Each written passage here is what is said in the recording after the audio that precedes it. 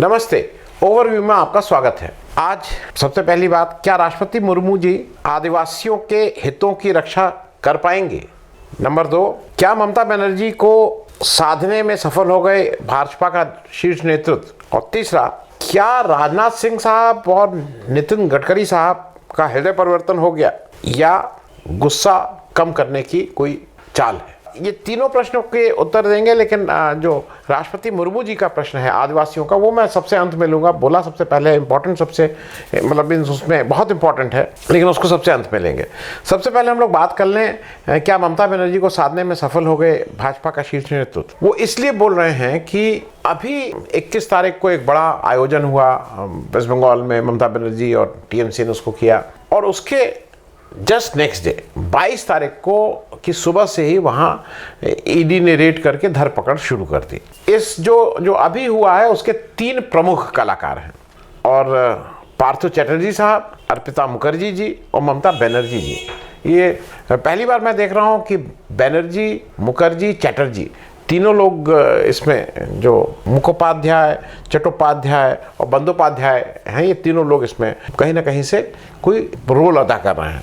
हुआ ये कि अर्पिता मुखर्जी जी के फ्लैट से 20 करोड़ रुपए सीज किया ईडी ने, और 20 फोन भी मिले और इत्यादि कुछ और भी मिला, कुछ डॉक्यूमेंट्स भी मिले। और ये सब, इस सबके तार जुड़े हुए हैं जो टीचर्स की भर्ती का घोटाला था उससे। पार्थो चैटर्जी साहब के बारे में मैं बता दूं, पार्थो चैटर्जी साहब, कुछ लोग उनको नंबर 2, नंबर 3 के कद के नेता हैं तृणमूल कांग्रेस के। कॉर्पोरेट बैकग्राउंड है, कॉर्पोरेट से में नौकरी करके आए, जब कांग्रेस में थे, और जब कांग्रेस छोड़ के ममता बनर्जी जी ने तृणमूल कांग्रेस बनाई तो उनके साथ ये भी तृणमूल कांग्रेस के फाउंडर मेंबर में से हैं। इस समय वर्तमान में वेस्ट बंगाल यूनिट के जनरल सेक्रेटरी हैं, और जब पहली बार सत्ता में तृणमूल कांग्रेस आई 2011 में, तब से मंत्री हैं। जो अभी वाकया हुआ है, ये 2016 से 2021 का जो उनका टर्म था, उसमें ये एजुकेशन मिनिस्टर रहे थे, और उसी समय ऐसा कहा गया है कि एसएससी स्कूल सर्विस एग्जाम का स्कैम सामने आया, जिसमें यह कहा गया कि पैसा लेके भर्ती की गई है। भर्ती घोटाला, जब अभी छापा मारा है ईडी ने, तो उस घोटाले में पार्थो चैटर्जी जी के घर पर बहुत से कुछ एडमिट कार्ड्स मिले हैं, कुछ और डॉक्यूमेंट्स मिले हैं, इत्यादि इत्यादि। और उस सर्च के बाद 23 तारीख को उनको गिरफ्तार कर लिया गया। गिरफ्तार करके उनको फिर कहा गया कि उनकी तबीयत नहीं ठीक है और उनको भुवनेश्वर एम्स ले जाया जाएगा। अब भुवनेश्वर एम्स क्यों ले जाया जा रहा है? कलकत्ता भी बड़ी जगह है, वहाँ पे भी बड़े अस्पताल हैं, लेकिन भुवनेश्वर एम्स ले जाया जाएगा। अब खबर ये आ जाई है कि जब वो भुवनेश्वर एम्स ले जाए गए तो वहाँ के डॉक्टर ने कहा कि इनकी कोई तबीयत नहीं खराब है, ये बिल्कुल ठीक है। तो ये सब चला थोड़ी देर। ये तो हो गए पार्थो चैटर्जी साहब। मैं दूसरी जो इसके जो मुख्य कलाकार हैं वो अर्पिता मुखर्जी जी हैं, जो सही में कलाकार भी हैं। वो बांग्ला और उड़िया पिक्चरों की कलाकार हैं, मशहूर मॉडल हैं, और उनकी शादी वैसे झाड़ग्राम में पहले हुई थी, और अब लेकिन वो कलकत्ता में ही रहती हैं। टॉलीगंज में उनका घर है, जहाँ से सब पैसा पकड़ा गया है। और नकटाला उद्यान संघ कोलकाता की शायद वन ऑफ द बिगेस्ट, जिसको कहते हैं ना, दुर्गा मंडप है। दुर्गा पूजा के आयोजन होते हैं, उसमें जो बड़े हैं उसमें से इस उद्यान संघ का नाम है। उसकी ये जो प्रमोशन लोग करते हैं और वो करते हैं, उसका मुख्य, जिसको कहते हैं ना पोस्टर गर्ल, उसकी मुख्य फेस यही है। और पार्थो चैटर्जी साहब उसके चीफ पेट्रन हैं, और ये उन्होंने सार्वजनिक रूप से है कि इन लोगों की आपस में मित्रता काफ़ी है। ऐसा कहा जा रहा है कि पूरे स्कैम में जो अर्पिता मुखर्जी जी हैं, वो उनके मुख्य सहयोगी के रूप में की जा रही हैं, वो भी अरेस्टेड हैं। ममता बनर्जी जी के साथ कहीं कल ममता बनर्जी जी ने इस सारे वाकयात पे अपना कुछ एक वक्तव्य दिया। अभी तक वो टाइट लिप्ट थे, वो कुछ बोल नहीं रही थी, लेकिन कल उन्होंने किसी ऑफिशियल फंक्शन में गई, वहाँ इस पे उन्होंने काफ़ी देर अपनी बात कही। कुछ लोग ममता बनर्जी के साथ अर्पिता मुखर्जी की फ़ोटो लगा के ये कह रहे थे कि उनके बहुत खास हैं, तो उन्होंने फिर ये पूछा कि भाई मैं सार्वजनिक जीवन में हूँ, बहुत से लोग मिलते हैं, अगल बगल फ़ोटो खिंचवाते हैं, और उन्होंने एक पलट के क्वेश्चन किया। उन्होंने किया कि हमारे प्राइम मिनिस्टर मोदी जी के साथ तो नीरव मोदी और मेहुल चौकसी की भी फोटो है, तो क्या माना जाए? तो खैर, ये जो एक ममता बनर्जी की स्टाइल ऑफ पॉलिटिक्स है, वो offence is the best defence वाली वो बात करती हैं, उन्होंने ये बात कही।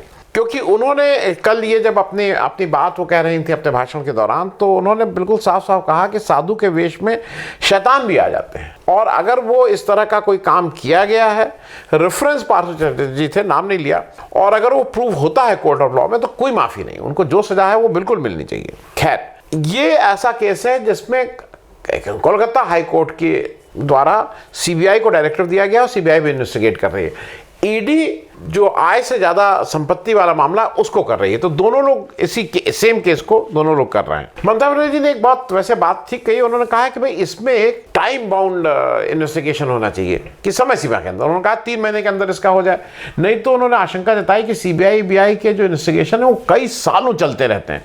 तो उसकी जगह ये हो जाए जिससे अगर व्यक्ति दोषी है तो उसको सजा दे दी जाए, अगर दोषी नहीं है तो फिर वो अपना काम बाकी अपना काम अपने आप करे। अब एक चीज देखिए, ऐसा है ना, ममता बनर्जी जी कुछ भी कहें, लेकिन अभी वाइस प्रेसिडेंट के इलेक्शन में जिस तरह से उन्होंने कहा है कि मैं धनखड़ जी का तो सपोर्ट नहीं करूंगी, लेकिन मैं विपक्ष की कैंडिडेट मार्केट अलवा का भी नहीं करूंगी, वो चीज समझ के परे है। और उसमें कहीं ना कहीं ये तो गुंजाइश बनती ही है कि कुछ एक अंडरस्टैंडिंग उनके शीर्ष नेतृत्व से हुई है, जिसको अधीर रंजन चौधरी जी भी कह रहे हैं। वो दार्जिलिंग पैक्ट बोल रहे हैं, जहां पे अधीर रंजन चौधरी के हिसाब से धनखड़ साहब, ममता बनर्जी जी और हेमंत बिस्वा शर्मा साहब, इन लोगों की एक बैठक हुई थी जहां पे बहुत सी चीज़ें डिसाइड हुई हैं।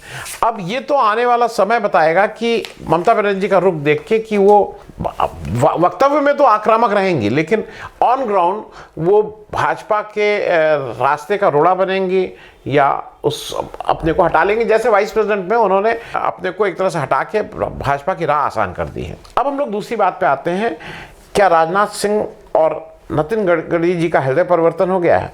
ये मैं बात इसलिए कह रहा हूं कि एक बहुत छोटा सा एक आप सुन लीजिएगा। राजनाथ सिंह साहब ने अभी हाल में एक उन्होंने कहा कि मैं भारत के बहुत से प्रधानमंत्री हैं और मैं किसी की नीयत में खोट नहीं देखता हूं। नीति की आलोचना हो सकती है, तो ये बड़ी बात थी। नहीं तो जो उनके बड़े इस समय के जो, हालांकि उनसे तो जूनियर हैं टेक्निकली, बट अब तो प्रधानमंत्री हैं, अमित शाह साहब हैं, ये लोग तो केवल वो देखते हैं। उन्होंने जवाहरलाल नेहरू के बारे में कहा, उन्होंने कहा कि बहुत सारे लोग जवाहरलाल नेहरू की आलोचना करते हैं। उन्होंने कहा कि मैं ऐसी पार्टी से आता हूं, उन्होंने अपनी पार्टी का भी हवाला दिया, लेकिन उन्होंने कहा मैं नेहरू की आलोचना नहीं करता।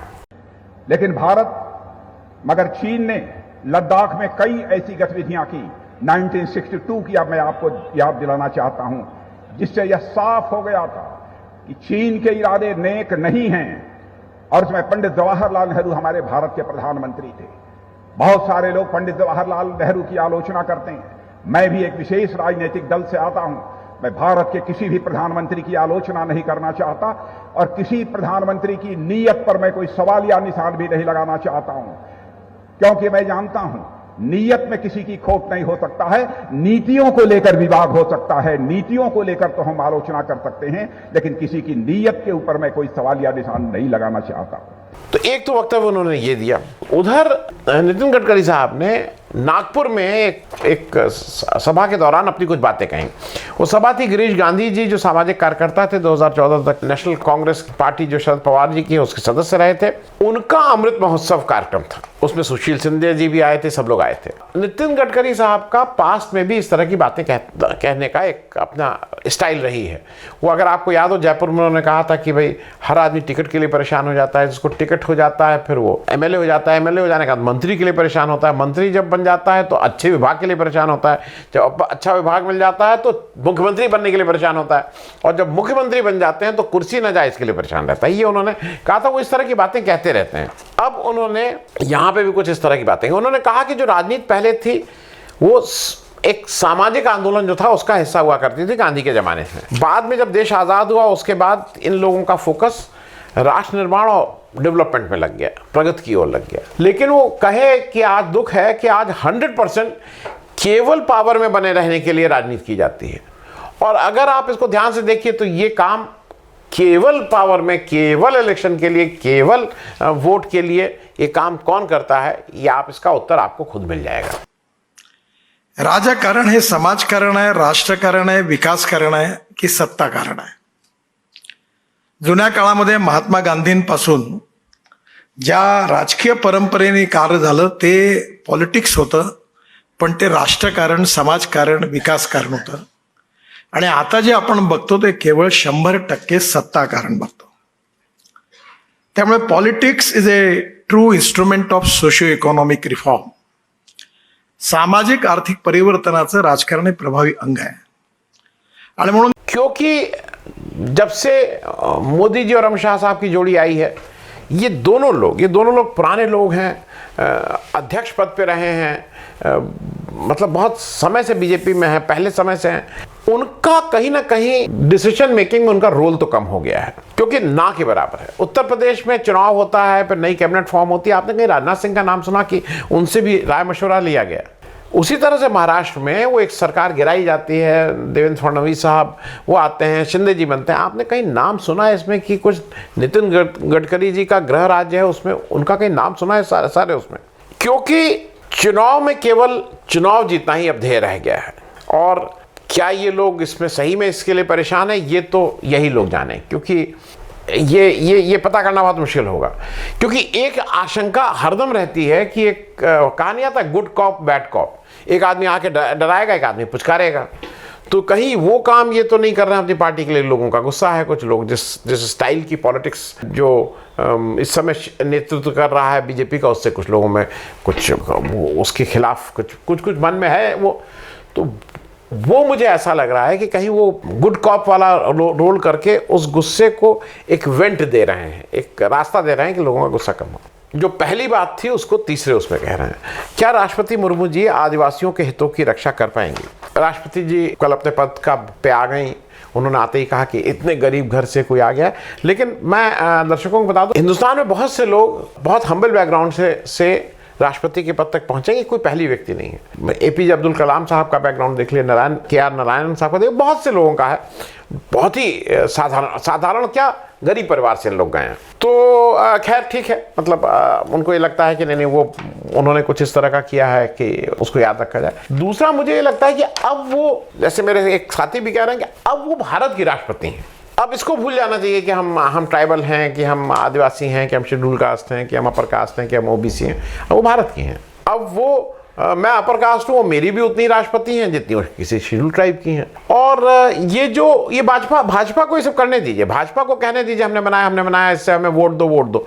राष्ट्रपति को इसको नहीं कहना चाहिए। अब जो हो गया वो ठीक है। दूसरी जो सबसे बड़ी बात है कि ये माना जा रहा है कि अब ये आ गई तो ट्राइबल लोगों का, शेड्यूल ट्राइब्स का, जनजातियों का बहुत भला होने वाला है। उसके बारे में मैं आपका जरा ध्यान आकर्षित करना चाहूंगा। बहुत छोटे दो इंसिडेंट हैं, बाकी आपको खुद देखना होगा। लोकसभा में एक अनस्टार्ट क्वेश्चन नंबर 1272 लोकसभा का है, जिसका जवाब minister of environment, forest and climate change Ashwini Kumar Choubey ji जो हैं, उन्होंने उसका लिखित जवाब दिया है। जो नया लॉ आ रहा है, सेंट्रल गवर्नमेंट ने प्रपोज किया है कि वर्तमान में एनवायरनमेंट प्रोटेक्शन एक्ट जो 1986 का है, उसको डीक्रिमिनलाइज कर दिया जाए। मतलब पहले ये क्रिमिनल ऑफेंस होता था कि अगर आप इस तरह का करें, उसको डीक्रिमिनलाइज कर दे। वो फौजदारी का मुकदमा नहीं रह जाएगा, अब वो सिविल मैटर रह जाएगा। अब सिविल मैटर कितने साल चलते हैं ये आपको पता ही है। लोगों को फौजदारी में क्या है, फौजदारी का मुख्य है कि वो स्टेट लड़ती है, उसमें लोगों को जेल जाने का भय रहता है, खतरा रहता है, इसलिए लोग उससे डरते हैं। हालांकि उनका कहना है कि डीक्रिमिनलाइज करके हम उसमें हैवी पेनाल्टी और ज़्यादा पेनाल्टी लगाकर इसको डिटरेंट करेंगे। लेकिन जब ऑलरेडी एक डिटरेंट है, उसमें क्रिमिनलाइज करने से लोगों में ये भय रहता है, तो आप उसमें और हैवी क्या कर देंगे? पैसे से आज हिंदुस्तान में लोगों के पास इतने पैसे हैं कि उस पैसे का भय अब नहीं रह गया है। आप कोई हैवी ड्यूटी हैवी वो लगा दीजिए, वो तो गरीब आदमी मारा जाएगा इन सब के उसमें। एक मैं छोटा सा उदाहरण देके आपको समझाऊं इस क्रिमिनल उसका। चेक बाउंसिंग होती है, which is again a civil nature. आपने मुझसे पैसा लिया, मैंने आपसे पैसा लिया, आपने मुझसे कहा कि मैं इतने दिन बाद दे दूंगा, आपने एक चेक दे दिया, ये सिविल मैटर है, ये दीवानी का मामला है, कहीं से भी फौजदारी का नहीं। लेकिन इसको जिस दिन चेक बाउंसिंग को क्रिमिनल एक्ट मान लिया गया कि it is a criminal act, अगर चेक बाउंस हो रहा है, उस दिन से आपको भी जो लोग उसमें सुन रहे हैं, लोगों के जो चेक थे वो अगर बाउंस हो रहे थे तो लोग सीरियस थे, उस पैसे को कहीं से लाके उनको दे रहे थे। नहीं तो आप क्रिमिनल मत करिए, लड़ते रहिए मुकदमा 200 साल। तो इसलिए क्रिमिनल इस एक्ट को रखना जरूरी था। दूसरा, न्यूज लॉन्ड्री में एक मुक्ता जोशी जी की रिपोर्ट 7 जुलाई 2022 को छपी है, मैं उसका लिंक दे रहा हूं, आप डिटेल में उस रिपोर्ट को पढ़ लीजिएगा, मैं उसको शॉर्ट में बता दे रहा हूं। जो यूनियन गवर्नमेंट है उसने अप्रूव किया है कि cutting down of forest without consent from the tribal and forest dwellers, जो हमारे वनवासी लोग हैं, बिना उनकी मर्जी के अब आप फॉरेस्ट काट सकते हैं। और ये उन्होंने कहा है कि ये स्टेट को दे दिया है कि तुम लोग इसकी परमिशन बाद में अप्रूवल आप लोग ले लीजिएगा। नए कानून में स्टेट गवर्नमेंट को जिम्मेदारी दी गई है कि आप ट्राइबल से ये कंसेंट उनकी ले लीजिए। नए कानून के नियमों में यूनियन गवर्नमेंट जंगल काटने की परमिशन बिना वहाँ पे रहने वालों की बिना कंसेंट के दे सकती है। तो अब सोचिए क्या होने वाला है। पुराना कानून जो था उसमें पहले वहाँ वन में रहने वाले जो वनवासी लोग थे बिना उनकी कंसेंट के ये नहीं परमिशन देती, लेकिन अब ये होने जा रहा है कि नहीं, सेंट्रल गवर्नमेंट ने दे दी, अब नीचे से जाके आप जो देखिएगा। और क्या होगा फिर अगर एक बार परमिशन मिल गई है, वो कटने लगा है, तो कहाँ आप समझ सकते हैं इतना पैसा है कि कोई सोच ही नहीं सकता है। जब आप एक चीज बताइए, जब चुने हुए प्रतिनिधियों के बीच में पैसा चल रहा है, लोग उससे पैसा इधर से उधर हो रहा है, पैसा पकड़ा जा रहा है, तो वो गरीब आदिवासी और वनवासियों की कौन उनका सुनने जा रहा है। क्योंकि इन रूल्स के आने के बाद फॉरेस्ट राइट एक्ट है, फॉरेस्ट राइट्स हैं बहुत से जो वहाँ पे रहते हैं, उनके अधिकार हैं फॉरेस्ट में। उससे ऐसा लगता है कि उससे जो आदिवासियों को प्रोटेक्शन मिलता था वो अब खत्म होने जा रहा है। तो मेरे हिसाब से जो राष्ट्रपति द्रौपदी मुर्मू जी जो बार बार कह रहे हैं कि मैं भाई उससे ट्राइबल बैकग्राउंड से आई हूँ, एक जो मेजर काम उनके एजेंडा में होना चाहिए वो आदिवासियों के इस राइट को डाइल्यूट ना किया जाए। जो उनका राइट है, अगर वहाँ पे जंगल कटना है तो पहले उनसे उनकी कंसेंट ली जाए, उनको समझाया जाए क्या है क्या नहीं, ये नहीं कि अपने आप आपने वो दे दिया। और दूसरा, वो क्रिमिनल एक्ट तो रहना ही चाहिए, क्योंकि अगर वो क्रिमिनल एक्ट नहीं रहेगा तो किसी को डर नहीं रहेगा जंगल काट। बहुत बहुत धन्यवाद, थैंक यू।